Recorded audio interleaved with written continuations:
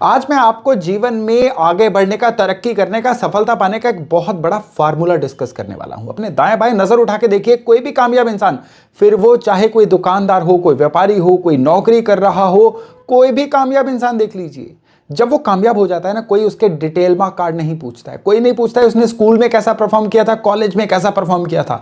उनकी कामयाबी का दरअसल रहस्य इसमें नहीं छिपा हुआ है, उनका रहस्य किसी और जगह में छिपा हुआ है। किस जगह में छिपा हुआ रहस्य? वो रहस्य है अग्नि तत्व में।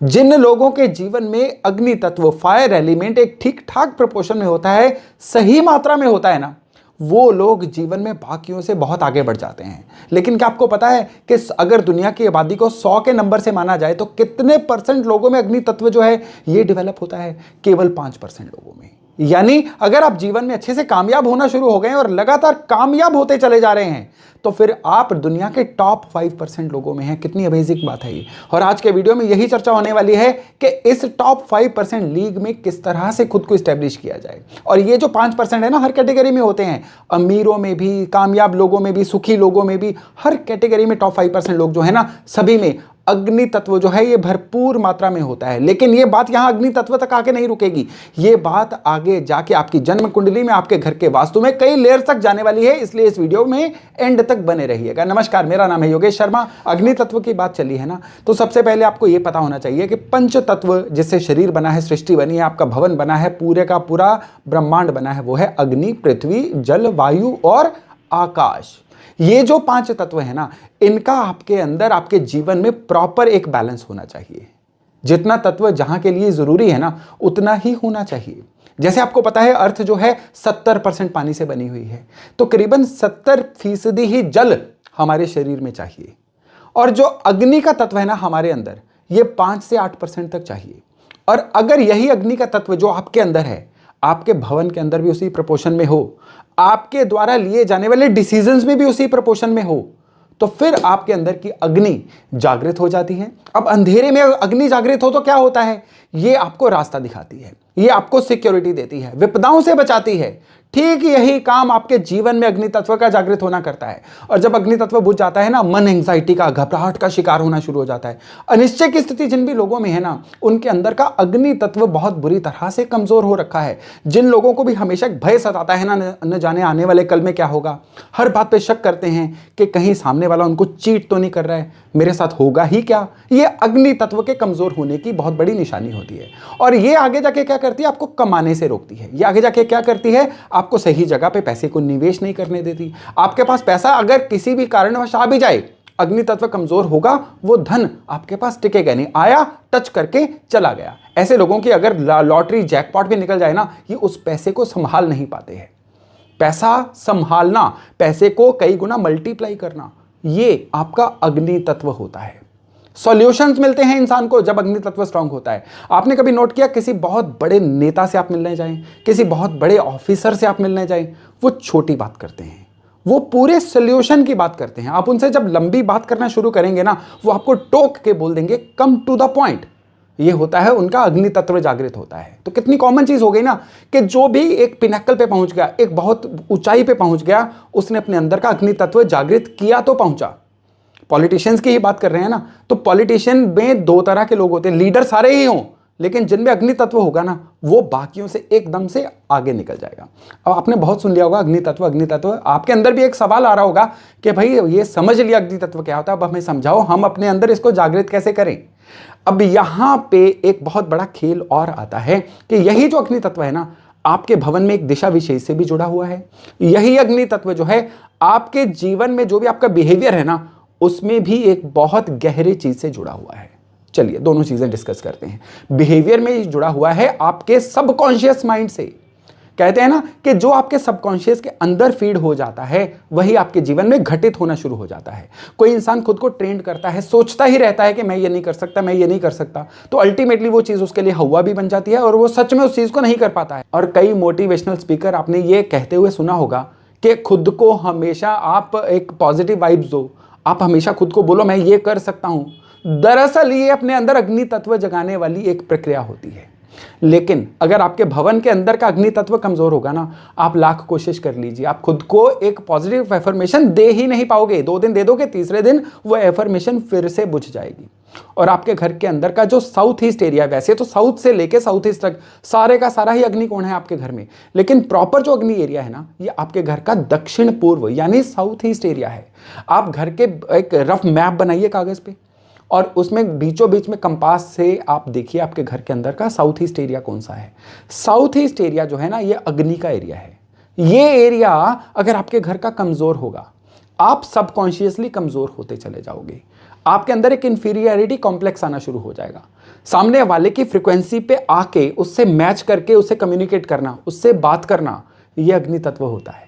कई लोग होते हैं ना, बहुत जल्दी घुल मिल जाते हैं, किसी भी स्तर के लोगों से मिल के वो उनके ही हो जाते हैं, ये उनका अग्नि तत्व होता है। जब अग्नि तत्व कमजोर होता है ना, इंसान बहुत ही इंफीरियरिटी कॉम्प्लेक्स में आ जाता है। वो सोचता है मैं इनसे बात ही कैसे करूंगा, बड़े लोग हैं, मैं इनके साथ खड़ा भी कैसे होऊंगा। भाई ये अग्नि तत्व की कमजोरी है, आपके अंदर कॉन्फिडेंस नहीं है, ये आपके अग्नि तत्व की कमजोरी है। आपको कहां से धन आएगा, जीवन में आपकी समस्या का समाधान आखिर कौन निकालेगा, किस तरह से निकलेगा, ये आपको पता ही नहीं चल रहा है ना, अग्नि तत्व कमजोर है। अग्नि तत्व जब कमजोर होता है ना, इसकी एक बहुत बड़ी निशानी होती है, दनादन लॉसेस होते चले जाते हैं। इंसान सोने को भी हाथ लगाए ना, वो मिट्टी होना शुरू हो जाता है। अगर आपने नोट किया ना, पिछले कुछ वर्षों से आपने जो भी किया वो केवल और केवल लॉसेस में जा रहा है। आपने जब भी किसी चीज को हाथ लगाया वो लॉसेस में कन्वर्ट हो गई। सेम काम कोई और कर रहा है, उसका सफलता में जा रहा है, लेकिन आपका काम जो है ये लॉसेस में जा रहा है। तो ये अब आपका अग्नि तत्व कमजोर हो रहा है। अब तक आपने जान लिया कि आपके घर के अंदर का एरिया कौन सा है, आपके बिहेवियर में, आपके जिंदगी में अग्नि तत्व आपके सबकॉन्शियस से जुड़ा हुआ है, ये भी जान लिया। खराब होने पे अग्नि तत्व के जीवन में क्या क्या घटित होता है आपने ये भी जान लिया। अब बात करते हैं कि इस अग्नि तत्व को सही कैसे किया जा सकता है। तो चलिए, जो चीज हमारे सामने प्रत्यक्ष है यानी आपका भवन, उससे शुरू करते हैं और फिर जाएंगे सबकॉन्शियस माइंड तक। तो भवन में आपने सबसे पहले तो साउथ ईस्ट में से जल का तत्व हटा देना। आपको पता है कि जल और अग्नि दोनों वैरी हैं। जहां ये दोनों एक जगह पे रहेंगे, ना जल सही रहेगा ना आग सही रहेगी, क्योंकि दुश्मनी है दोनों की आपस में। तो अगर आपके घर के साउथ ईस्ट में वाटर प्यूरिफायर है तो अरेंज करिए कहीं और पे लेके जाना। अगर आपके घर, अब देखिए नॉर्मली कई लोगों की रसोई साउथ ईस्ट में होती है, वहां पे वाटर प्यूरिफायर रहेगा ही रहेगा, तो उसके आसपास आप ग्रीन टेप लगा दीजिए, उससे इसकी जो भी नेगेटिविटी रहेगी वो कवर हो जाएगी। आपके घर के साउथ ईस्ट में वाटर बोरिंग नहीं होनी चाहिए। ओवरहेड वाटर टैंक भी अगर साउथ ईस्ट में होगा तो भी आपका जल तत्व खराब होगा। यानी पानी का कोई भी बड़ा अरेंजमेंट, पानी की स्टोरेज अगर साउथ ईस्ट में रहेगी ना, वो जल और अग्नि को मिक्स करेगी और अग्नि तत्व कमजोर होगा और फिर वही सारी दिक्कतें आनी शुरू होंगी जो मैंने इसी वीडियो के शुरू में आपको बताई हैं। अब अग्नि तत्व को और सही करना है ना, तो आप वहां पे रोज चाहे एक आधे घंटे के लिए कैंडल जगा दीजिए। आपका अगर एरिया इजाजत देता है तो वहां पे एक 0 वॉट का लाल बल्ब चला दीजिए। ये लाल बल्ब थोड़ी थोड़ी देर तक रोज 4 से 6 घंटे तक भी चलता रहेगा ना, तो भी ये आपका पर्पस सॉल्व कर जाएगा। नहीं तो लाल कलर की कोई लैंप या रेड कलर का कोई भी ऑब्जेक्ट आप साउथ ईस्ट में रख दीजिए। लेकिन इससे पहले अपने बर्थ चार्ट को चेक करिएगा। आपकी कुंडली का जो 12th हाउस है ना, उसमें अगर केतु प्लैनेट रहेंगे तो फिर ये जो लाल बल्ब वाली रेमेडी है इसको थोड़ा सा अवॉइड ही करिएगा।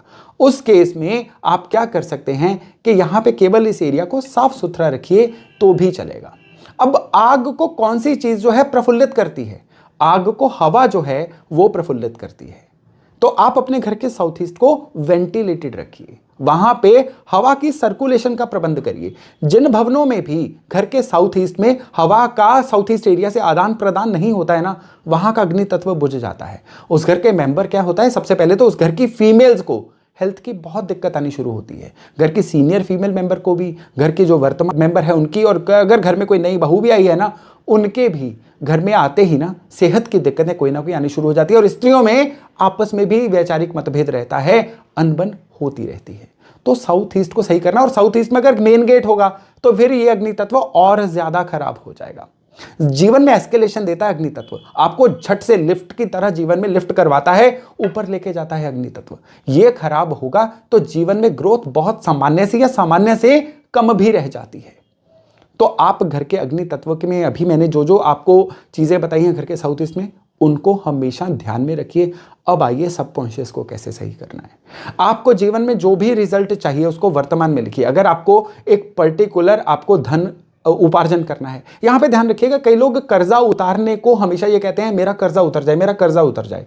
कर्जा जितना मुंह से निकालेंगे, कर्जा जो है वो मैनिफेस्ट होगा। कर्जे की तरफ मत देखिए, कमाई बढ़ेगी तो कर्जा उतरेगा। आप रोजाना सफेद कागज पे लाल रंग की इंक से, लाल रंग जो है अग्नि सूचक है, इससे आप रोज ये लिख के सोइए कि मेरी जो इनकम है वो 3 गुना हो रही है। 3 गुना भी मत लिखिए, अपनी अपनी पर्टिकुलर अमाउंट लिखिए। अगर आप 1,000 रुपए महीना कमा रहे हैं तो आप उसको 5,000 रुपए महीना लिखिए। आप 1,00,000 रुपए महीना कमा रहे हैं, आप उसको 5 लाख 10 लाख रुपए महीना करके, लेकिन अचीवेबल तक लिखिए। ये नहीं कि आप करोड़ ही लिख दें। ऐसे कैसे हो सकता है कि जो बंदा आज 1 लाख कमा रहा है अगले महीने 1 करोड़ कमाना शुरू हो जाएगा? यानी आपको जो भी रकम लिखनी है वो प्रैक्टिकल रेंज में लिखनी है। आपने सफेद कागज पे लाल रंग से एक नोटबुक लगा लीजिए, रोज लिख के सोइए कि मैं अपनी इनकम इतने रुपए प्रति महीना कर रहा हूं, मैंने प्रति महीना इतनी इनकम को अचीव कर लिया है। रोज आप इसको चाहे 1 बार लिखिए, आप 10 बार लिखिए। रात को सोने से पहले लास्ट काम ये करिए। ये होता है आपके सबकॉन्शियस की ट्यूनिंग, ये होता है आपके अग्नि तत्व जो आपके विदिन है ना, उसकी ट्यूनिंग। इसको करिएगा। और अगर आपको लगता है आपके अंदर कॉन्फिडेंस की कमी है, कोई आपकी बात को सुनता ही नहीं है, कहीं पे जाते आप लॉक हो जाते हैं, ब्लॉक हो जाते हैं, अपने आप को एक्सप्रेस ही नहीं कर पाते हैं, तो फिर आपको मंगल और चंद्र की सहायता लेनी है। यानी चंद्रमा चांदी और मंगल स्क्वायर शेप, चांदी का स्क्वायर टुकड़ा गले में पहन के रखिए। फिर देखिएगा किस तरह से आपके अंदर कॉन्फिडेंस भी बूस्ट होता है और आपका सबकॉन्शियस भी रिपेयर होता है। अग्नि तत्व को बहुत सही करने का एक और तरीका है बोलना कम और करना ज्यादा। अगर आपको लगता है आप टॉकेटिव बहुत हैं, आप बहुत ज्यादा इमोशनल है, किसी भी बात को छोटे शब्दों में समझा ही नहीं पाते, आपकी फोन कॉल भी 1-1 घंटे की, आधे घंटे की लंबी हो जाती है, तो थोड़ा कम बोल के ज्यादा सॉल्यूशंस की तरफ जाना शुरू करिए। ये भी आपके अंदर के अग्नि तत्व को बहुत ज्यादा बलवान करता है। और जब अग्नि तत्व बलवान होता है, जीवन में कितनी ही समस्याएं स्वतः ही अपने आप ही सुलझनी शुरू हो जाती हैं। तो दोस्तों, पंच तत्व, हर तत्व अपने अपने आप में बहुत जरूरी है, लेकिन अग्नि तत्व की जो भी आज मैंने आपको परिभाषा बताई है, अग्नि तत्व को सही करने के जो भी तरीके बताए हैं, अगर आप इनको समझ लेंगे और अपने जीवन में इसको इंस्टॉल कर लेंगे ना, तो फिर आपके जीवन में जो भी समस्या होगी ना, आप बाहर से कोई आके हल नहीं निकालेगा, आप खुद ही हल निकालेंगे, हल भी निकालेंगे, एस्केलेट भी होंगे और जीवन में नेक्स्ट ऑर्बिट में, नेक्स्ट लेवल पे भी बहुत ही शीघ्र पहुंचना शुरू हो जाएंगे। तो दोस्तों, आज की जानकारी थी यहीं तक। मैं आशा करता हूं इससे लाभ लेके आप अपने आने वाले जीवन को बहुत ही सुगम, बहुत ही सरल, बहुत ही बढ़िया बना पाएंगे। तो चलिए, बहुत जल्द मिल रहे हैं नए टॉपिक, नए विषय के साथ। अपना खूब ध्यान रखिएगा। नमस्कार।